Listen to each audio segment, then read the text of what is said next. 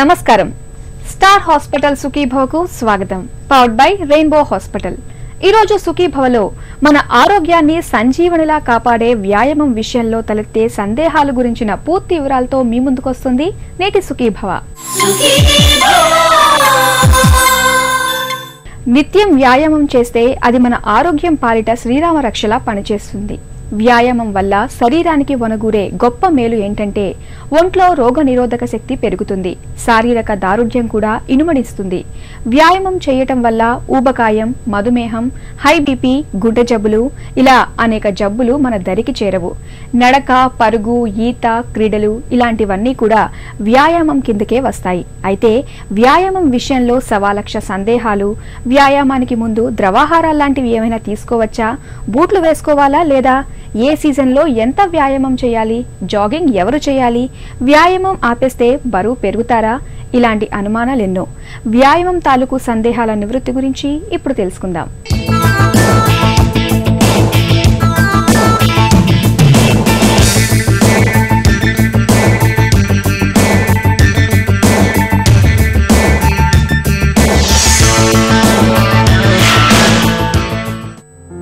తినే ఆహారం, చేసే వ్యాయామం, ఈ రెండింటి విషయంలో జాగ్రత్త వహిస్తే మన ఆరోగ్యానికి సగం బీమా లభించినట్టే. తిండి విషయంలో ఎవరికీ పెద్దగా బద్ధకం ఉండదు, కానీ వ్యాయామం విషయానికి వచ్చేసరికి ఎక్కడ లేని బద్ధకం ఆవహిస్తుంది. నేటి హైటెక్ జీవన శైలిలో పొద్దున్నే నిద్రలేచి వ్యాయామం చేయడం అన్నది అత్యంత కష్టమైన విషయంగా మారుతోంది.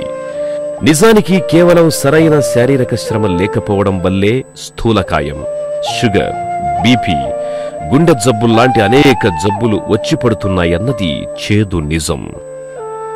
ఇటీవలి కాలంలో ఏ సమస్యతో ఏ డాక్టర్ని కలిసినా చికిత్సతో పాటుగా వ్యాయామం తప్పనిసరిగా చెయ్యండని సలహా ఇస్తున్నారు.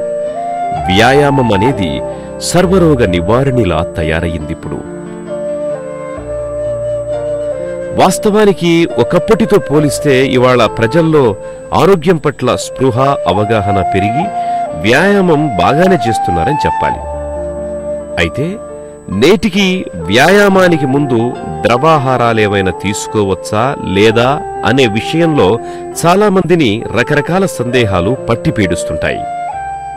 ఒక వ్యక్తి వ్యాయామం చేస్తున్నప్పుడు అతనికి నార్మల్ బ్లడ్ సప్లై కన్నా అతని కండరాలకి బ్లడ్ సప్లై 3, 4 అతను చేసేటువంటి ఎక్సర్సైజ్ యొక్క తీవ్రత బట్టి అన్ని రెట్లు రక్త సరఫరా అతనికి పెరుగుతుంది. అందుకు ఎప్పుడు కూడా వ్యాయామం అనేది రక్త సరఫరా కండరాలకి పుష్కలంగా జరిగేటువంటి సమయాల్లోనే మనం వ్యాయామం చేయాల్సి ఉంటుంది. అంటే కంప్లీట్ ఎక్సర్సైజ్ లేదా స్టర్న్యూస్ ఎక్సర్సైజ్ అని ఏదైతే అంటామో అలా అటువంటి సమయాల్లోనే చేయాలి. ఒక వ్యక్తికి భోజనం చేసినప్పుడు అతని యొక్క రక్త సరఫరాలో ప్రముఖమైనటువంటి భాగము 20 నుంచి 40% దాకా భోజనాన్ని అరిగించడానికి అవసరం పడుతుంది.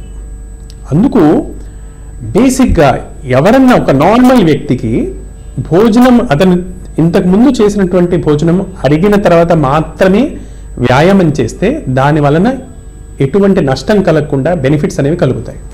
అంటే దీనికి కొన్ని ఎక్సెప్షన్స్ ఉండొచ్చు. అంటే డయాబెటీస్ ఉన్న వాళ్ళు ఉన్నారు, వాళ్ళకి మళ్ళీ వాళ్ళ రిక్వైర్మెంట్స్ డిఫరెంట్గా ఉంటాయి. వాళ్ళ టైప్ 1 డయాబెటిక్స్ వాళ్ళకి, పర్టికులర్గా టైప్ 1 డయాబెటిక్స్ వాళ్ళకి రిక్వైర్మెంట్ ఎక్కువగా ఉండొచ్చు. కానీ ఒక నార్మల్ వ్యక్తికి లఘు ఆహారం కనుక తీసుకుంటే, లేకపోతే బ్రేక్ఫాస్ట్ అనేది కనుక చేస్తే అరగడానికి ఒక 3 hours దాకా వెయిట్ చేసి ఆ తర్వాత ఎక్సర్సైజ్ చేయటము, లేదా ఒక పెద్ద మీల్ కనుక చేస్తే, గురు ఆహారం కనుక తీసుకుంటే కనీసం ఒక 6 hours అంటే ఒక మేజర్ లంచ్ కానీ బ్రంచ్ లాంటిది కానీ తీసుకుంటే కనీసం 6 గంటలు సమయం అది జరిగిన తర్వాత, అంటే అది ఆ భుజించినటువంటి ఆహారం పూర్తిగా అరిగిపోయిన తర్వాత వ్యాయామం చేయడం అనేది అన్నిటికంటే ఉత్తమం. పాలు లాంటి ద్రవరూపమైనటువంటి ఆహారానికి కనీసం ఒక 1/2 hour to 1 hour గ్యాప్, అంటే వాళ్ళ జీర్ణశక్తిని బట్టి గ్యాప్ ఇచ్చి ఆ తర్వాత వ్యాయామం చేస్తే దాని వలన ఎటువంటి నష్టాలు కలగకుండా ఉంటాయి. వ్యాయామం చేసిన తర్వాత దాని వలన వచ్చినటువంటి అలసట తీరి, అంటే బ్లడ్ సర్క్యులేషన్ మజిల్స్ నుంచి డైవర్ట్ అయ్యి స్టమక్కి గ్యాస్ట్రోఇంటెస్టినల్ ట్రాక్ట్కి వెళ్ళడానికి రెడీగా ఉన్నప్పుడు, మళ్ళీ ఆకలి పుట్టినప్పుడు తినటం అనేది ఉత్తమం. అంటే వ్యాయామం చేసి వచ్చి వెంటనే తినటం అనేది it is not a good idea. సుప్రభాత వేళలో, తొలికోడి కూసే వేళలో, ఉదయ రవి కిరణాలు ప్రసరించే వేళలో వాతావరణం ఎంతో ఆహ్లాదంగా, పరవశంగా ఉంటుంది. నిద్రబద్ధకాన్ని వదిలించి శరీరాన్ని, మనసును తిరిగి రీఛార్జ్ చేయడంలో ఇలాంటి వాతావరణం అత్యద్భుతంగా సాయపడుతుంది. అందుకే నాటి ఋషుల నుండి నేటి వైద్యుల దాకా అందరూ కూడా ఉదయం సమయాన్ని సద్వినియోగం చేసుకోవాలని చెబుతారు. ఉదయాన్నే నడకో, జాగింగో, పరుగులాంటి వ్యాయామాల్ని చేయడం వల్ల శరీరంలో ఎండార్ఫిన్స్ అనే ఫీల్ గుడ్ రసాయనాలు విడుదలై రోజంతా ఉల్లాసంగా గడుస్తుంది. అలాగే ఫిట్నెస్తో పాటు శరీరంలో రోగనిరోధక శక్తి కూడా పెరిగి అనారోగ్యం దరిచేరకుండా ఉంటుంది. స్టమక్ ఎంటీ చేసుకొని వెళ్తేనే బెటర్. అంటే ప్రాక్టికల్ రీజన్స్ కావచ్చు, ఎక్సర్సైజ్ మధ్యలో మళ్ళీ ఎక్కడన్నా మోషన్స్కి వెళ్ళటం కానివ్వండి, లేకపోతే ఎక్సర్సైజ్ చేయటం వలన బాడీలో ఉన్నటువంటి నీటి శాతం తగ్గుతుంది, డీహైడ్రేషన్ తగ్గుతుంది. సో ఒక వయస్సు దాటిన తర్వాత డీహైడ్రేషన్ పెరగటం వలన కాన్స్టిపేషన్ అనేది పెరుగుతుంది. జనరల్లీ స్పీకింగ్ ఎప్పుడన్నా మొదలు బవెల్స్ క్లియర్ చేసుకొని మోషన్స్ వెళ్ళి, ఆ తర్వాత అంటే బ్లాడర్ క్లియర్ చేసుకొని ఆ తర్వాత ఎక్సర్సైజ్ చేయటమే ఉత్తమం. ప్రాక్టికల్ రీజన్స్కి ఎక్సర్సైజ్ చేసిన తర్వాతే స్నానం చేయటం బెటర్. బికాస్ చెమట పట్టి మళ్ళీ ఒక కంప్లీట్గా బాడీకి రిఫ్రెష్మెంట్ అనేది కావాల్సి ఉంటుంది కాబట్టి.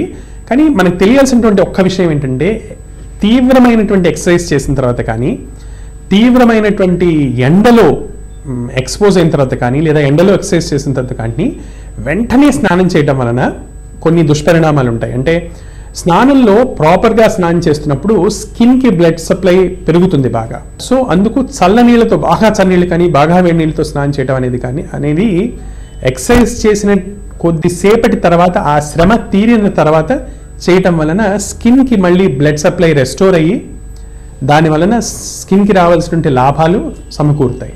వ్యాయామానికి ముందు పళ్ళో, పలహారమో, భోజనం లాంటివి తినచ్చా? కాఫీ, టీలో, బూస్టో, పళ్ల రసాలో తాగచ్చా? వ్యాయామం చేసిన తర్వాత ఎంతసేపటికి భోంచేయాలి? ఇలాంటి ఆసక్తికర విషయాల గురించి ఇప్పుడు తెలుసుకుందాం.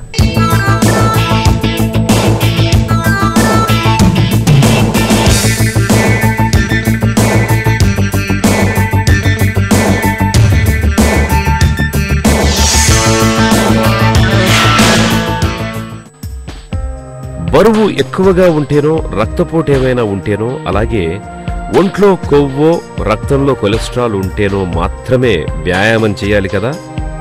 సాధారణంగా ఈ సమస్యలేవీ లేని వాళ్ళు వ్యాయామం చేయాల్సిన అవసరం ఏముంది అని అనుకుంటుంటారు చాలామంది. ఆ భావన ఎంత మాత్రం సరైంది కాదు. బరువు, బీపీ, షుగర్, కొలెస్ట్రాల్ సమస్యలు భవిష్యత్తులో రాకుండా ఉండాలన్నా, అంతకు మించి శరీరానికి, దాంతోపాటే మెదడుకు చక్కటి ఫిట్నెస్ కావాలన్నా వ్యాయామం ఒక్కటే మార్గం. రోజుకో గంటన్నా వ్యాయామం చేయగలిగితే శరీరంలో కండరాల పటుత్వం పెరుగుతుంది. దాంతోపాటే ఒంట్లో రోగనిరోధక శక్తి కూడా ఇనుమడిస్తుంది. ఎలాంటి అవరోధాలు, అడ్డంకులనైనా శారీరకంగా, మానసికంగా తట్టుకునే సామర్థ్యం కూడా పెరుగుతుంది.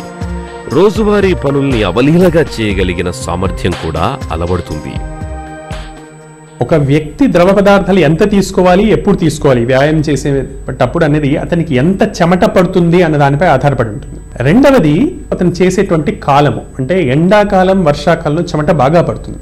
ఇటువంటి కాలాల్లో కానీ, లేదా చెమట ఎక్కువ పట్టేటువంటి వాళ్ళు కానీ ఎప్పుడు కూడా వ్యాయామం చేసే ముందర ద్రవ పదార్థాలు తీసుకొని చేస్తేనే మంచిది.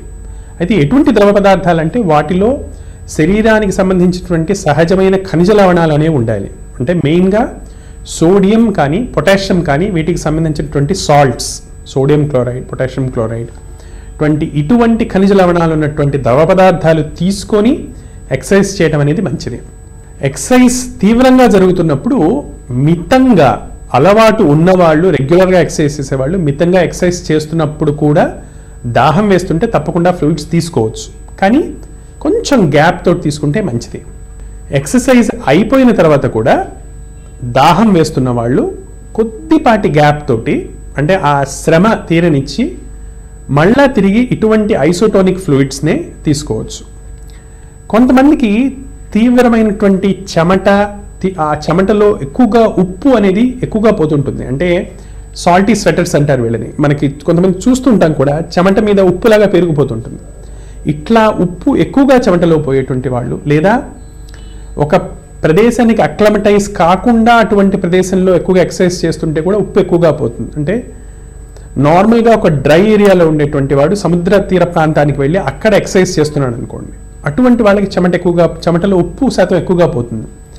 వీళ్ళు ఉప్పు శాతం ఎక్కువగా కలుపుకొని, అంటే ఆల్మోస్ట్ 1 లీటర్ నీళ్ళకి అర టీ చెంచా అంటే 3 గ్రామ్స్ వరకు సాల్ట్ని కలుపుకొని ఆ ద్రవాన్ని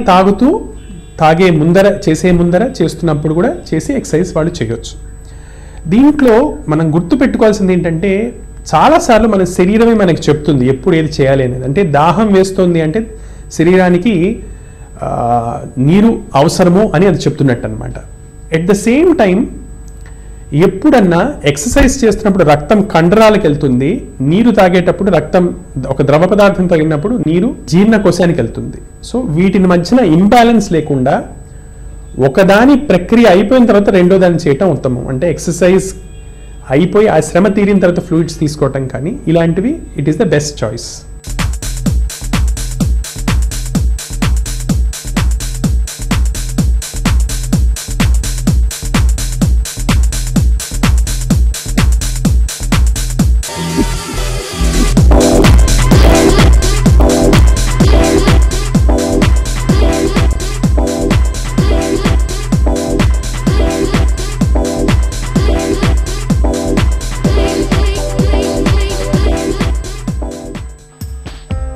walking, jogging, running, swimming, cycling, ఇలా వ్యాయామం చేయాలనుకునే వారికి ఎన్నో మార్గాలు అందుబాటులో ఉంటాయి. ఇంకా జిమ్ చేయడం, ఏరోబిక్ డాన్సెస్ చేయడం, సంప్రదాయ నాట్యం, ఇవన్నీ కూడా వ్యాయామాల కోవకే చెందుతాయి. అంతెందుకు, cricket, football, tennis, volleyball, shuttle లాంటి ఆటల వల్ల కూడా మంచి వ్యాయామం లభిస్తుంది. యోగా కూడా వ్యాయామం కేటగిరీ కిందకే వస్తుంది. వ్యాయామం మొదలు పెట్టాలనుకుంటే ఇన్ని మార్గాలున్నాయి. నిత్యం వ్యాయామం చేయడం వల్ల రోజంతా ఫ్రెష్గా ఉంటుంది. జీవితానికి ఓ క్రమశిక్షణ అలవడుతుంది. ఆరోగ్యకరమైన ఆహారపు అలవాట్లు కూడా వీరికి అబ్బుతాయి. నిత్యం చేసుకునే పనులకు అవసరమైన ప్లానింగ్ చేసుకోవడం కూడా వ్యాయామం చేసే వాళ్ళకి అలవడుతుంది. శారీరక, మానసిక ఆరోగ్యంతో పాటు నిత్యం నలుగురితో కలుస్తూ ఉండడం వల్ల సామాజిక ఆరోగ్యం కూడా చేకూరుతుంది. చాలా మందిలో ఒక నమ్మకం ఏంటంటే వ్యాయామం చేసి ఆపేయటం వలన బరువు పెరుగుతాము అని. అంటే దీనికి మెకానిజం ఏంటి అంటే అది కొంతవరకు నిజమే అని కూడా మనం చెప్పొచ్చు. కానీ దీని మెకానిజం ఏంటి అంటే, వ్యాయామం చేయటం వలన బాడీలో మెటబాలిజం పెరుగుతుంది. మెటబాలిజం పెరిగేటప్పటికీ వాళ్ళ ఆకలి, జీర్ణశక్తి పెరుగుతాయి. సో క్యాలరీ రిక్వైర్మెంట్స్ పెరుగుతాయి. పెరిగేటప్పటికీ ఎంత బలమైనటువంటి ఆహారమైనా కానివ్వండి, అంటే హై ప్రోటీన్ డైట్ కానివ్వండి, హై ఫ్యాట్ డైట్ కానివ్వండి, నాన్ వెజిటేరియన్ డైట్స్ కానివ్వండి, ఎగ్స్ కానివ్వండి, మిల్క్ కానివ్వండి, దీన్ని అరిగించుకునేటువంటి శక్తి పెరుగుతుంది. వాళ్ళకి రిక్వైర్మెంట్ పెరుగుతుంది, శక్తి పెరుగుతుంది. ఆటోమేటిక్గా ఆకలి పెరగటం వలన వ్యాయామం చేసేటువంటి వాళ్ళ కన్సంప్షన్ కూడా పెరుగుతుంది.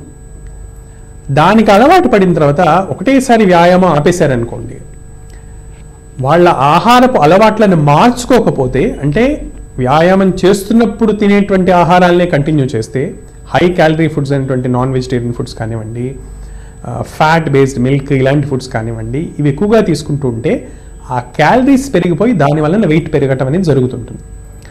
అలా కాకుండా వ్యాయామం మానేసిన వెంటనే వాళ్ళ ఆహారపు అలవాట్లు కూడా వాళ్ళు మార్చుకుంటే వెయిట్ గెయిన్ అనేది అంత తీవ్రంగా ఉండదు. లేకపోతే దానికి ఇది దుష్ప్రభావం మాత్రం కాదు.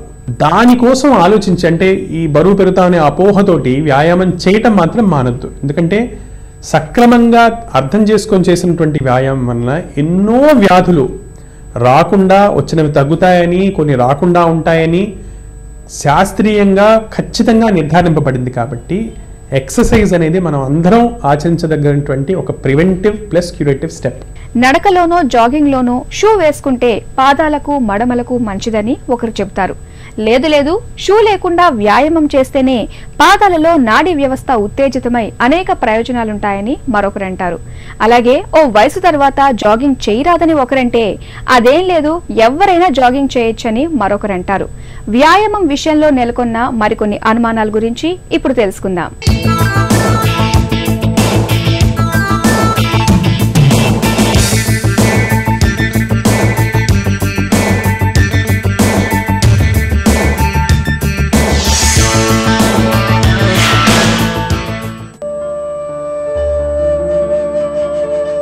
మన తాతలు, ముత్తాతలు, అమ్మలు, అమ్మమ్మలు వీళ్ళంతా ఏ వ్యాయామం చేయకపోయినా నిక్షేపంగా ఆరోగ్యంగా ఉండేవారు కదా. మరి ఇప్పుడెందుకని కొత్తగా ఈ వ్యాయామాలని చాలా మంది అనుమానపు బాణాలు సంధిస్తుంటారు. ఆ తరం వాళ్ళు అన్ని పనుల్ని స్వయంగా చేసుకునేవాళ్లు కాబట్టే వాళ్ళకి కావలసినంత శారీరక శ్రమ లభించేది. ఇది టెక్నాలజీ యుగం. మనం చేయి ముందుకు చాపకుండా, కాలు కింద పెట్టకుండా అన్ని పనుల్ని ఇట్టే చేసేయగల యంత్రాలు ప్రస్తుతం ఎన్నో అందుబాటులోకి వచ్చాయి. దీంతో ఈ తరంలో శారీరక శ్రమ పూర్తిగా కనుమరుగైపోతోంది. ఫలితమే ఈ జీవన శైలి జబ్బులన్నీ.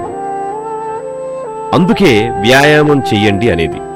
ఇంట్లో మన పనుల్ని మనం చేసుకోవడం, చిన్న చిన్న పనులకు నడకను ఆశ్రయించడం లాంటి ప్రొడక్టివ్ వ్యాయామాలను అలవర్చుకోవడం మరింత మంచిది.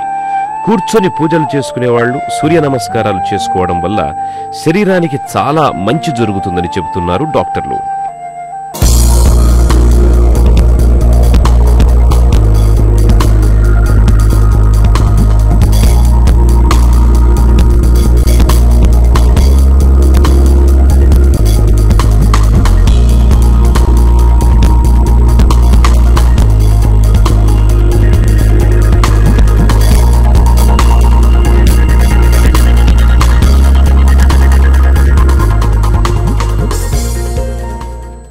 వ్యాయామం చేసేటప్పుడు పాదరక్షలు, షూస్ ధరించి చేయటం మంచిదా, ధరించకుండా చేయటం అంటే వేసుకోకుండా చేయటం మంచిదా అంటే 2-3 విషయాల మీద ఆధారపడి ఉంటుంది ఇది. మొదటిది వాళ్ళ వయస్సు, రెండవది వ్యాయామం చేస్తున్నటువంటి ప్రదేశం ఎట్లాంటిది అనే ఈ 2 విషయాలపై ముఖ్యంగా ఆధారపడి ఉంటుంది. ఒక వయస్సు దాటిన తర్వాత ఎక్సర్సైజ్ చేస్తున్నటువంటి వాళ్ళు, పర్టికులర్గా 35-40 దాటిన తర్వాత ఎక్సర్సైజ్ చేస్తున్న వాళ్ళకి జాయింట్ ప్రాబ్లమ్స్ వచ్చేటువంటి రిస్క్ ఎక్కువగా ఉండటం వలన వాళ్ళు ఎప్పుడు కూడా సాఫ్ట్ సోల్ ఉన్నటువంటి షూస్ ధరించి చేయటం అనేది ఇట్ ఈస్ ఆల్వేస్ బెటర్. దానివలన వాళ్ళ జాయింట్స్ మీద తక్కువ ప్రెషర్ పడుతుంది కాబట్టి. అలానే డయాబెటీస్ ఉన్నటువంటి వాళ్ళు, కాళ్లలో నరాల జబ్బులు ఉన్నటువంటి వాళ్ళు, అంటే స్పర్శ ఒక్కోసారి సరిగ్గా తెలియదు కాబట్టి వాళ్ళు కూడా ఖచ్చితంగా పాదరక్షలు, షూస్ వేసుకొని చేస్తేనే ఎక్సర్సైజ్ అనేది మంచిది వాళ్ళకి. ఇంకొకటి, మనం చేసేటువంటి ఎక్సర్సైజ్ అనేది సమంగా ఉండేటువంటి నేలపై కాకుండా, అంటే ఇసుకపై కానీ గడ్డిపై కానీ చేస్తున్నప్పుడు పాదరక్షలు వేసుకోకపోయినా ఆ ఇసుక కానీ గడ్డి కానీ మనకు చిన్న కుషన్లా వర్క్ చేస్తుంది కాబట్టి లేకపోయినా అటువంటి వాటిపై షూస్ లేకపోయినా కూడా ఎక్సర్సైజ్ చేయొచ్చు. వాటి వల్ల నష్టం ఎప్పుడు తక్కువగా ఉంటుంది. అలా కాకుండా మనం చేసేటువంటి ఎక్సర్సైజ్ హార్డ్ నేల మీద చేస్తున్నప్పుడు కానీ, మట్టి మీద కానీ, లేదా తార్ రోడ్డుపై కానీ, పేవ్మెంట్స్ మీద కానీ, ఎగుడు దిగుడు ఉన్నటువంటి రాళ్ళు గుట్టలు మీదటువంటి కానీ చేస్తున్నప్పుడు ఎప్పుడు కూడా పాదరక్షలు లేదా షూస్ వేసుకుని చేయటమే. దాని వలన జాయింట్ వేర్ అండ్ టేర్ అనేది తగ్గి జాయింట్ డీజనరేషన్ అనేది తగ్గుతుంది. సో ఇప్పుడు కూడా ఇలాంటి సిచ్యువేషన్స్లో షూస్ వేసుకొని చేయటమే బెటర్. ఆరోగ్యమే మహాభాగ్యం. ఆ విషయం అందరికీ తెలిసిందే. ఆరోగ్యకరమైన ఆహారపు అలవాట్లతో పాటే నిత్యం ఓ గంటపాటు వ్యాయామం చేయగలిగితే అది మనకు శ్రీరామ రక్షలా పనిచేస్తుంది.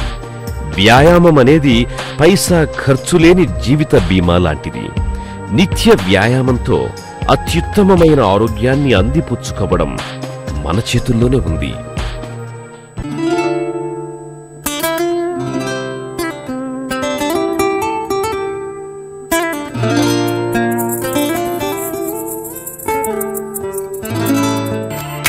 లోకా సమస్తా సుఖినో భవంతు ఆవేదమాయదనాదం.